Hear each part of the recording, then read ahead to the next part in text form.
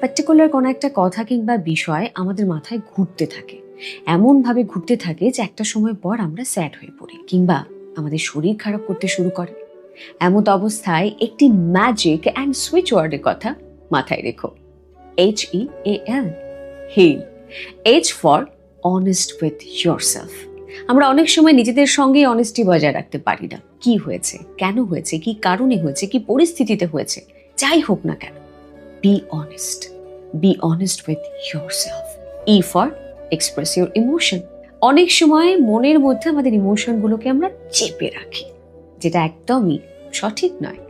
রাগ, দুঃখ, হাসি, কান্না, অভিমান যাই হোক না কেন, সেই ইমোশনগুলোকে এক্সপ্রেস করতে শেখো। A for accept your feelings. এই মুহূর্তে তুমি যেটা ফিল করছো সেটাকে অ্যাকসেপ্ট করো। হোক ভালো, হোক খারাপ। বাইরের মানুষের কাছে তুমি যতটাই হাসি মুখে থাকো না কেন, ভেতরে তুমি ঠিক কেমন রয়েছো সেটা তুমিও খুব ভালো করে জানো। অ্যাকসেপ্ট করো সেটাকে। And finally L. L for let go of the guilt.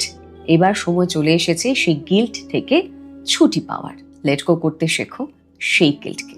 And finally তুমি নিজেই নিজেকে হিল করবে সাকসেসফুলি।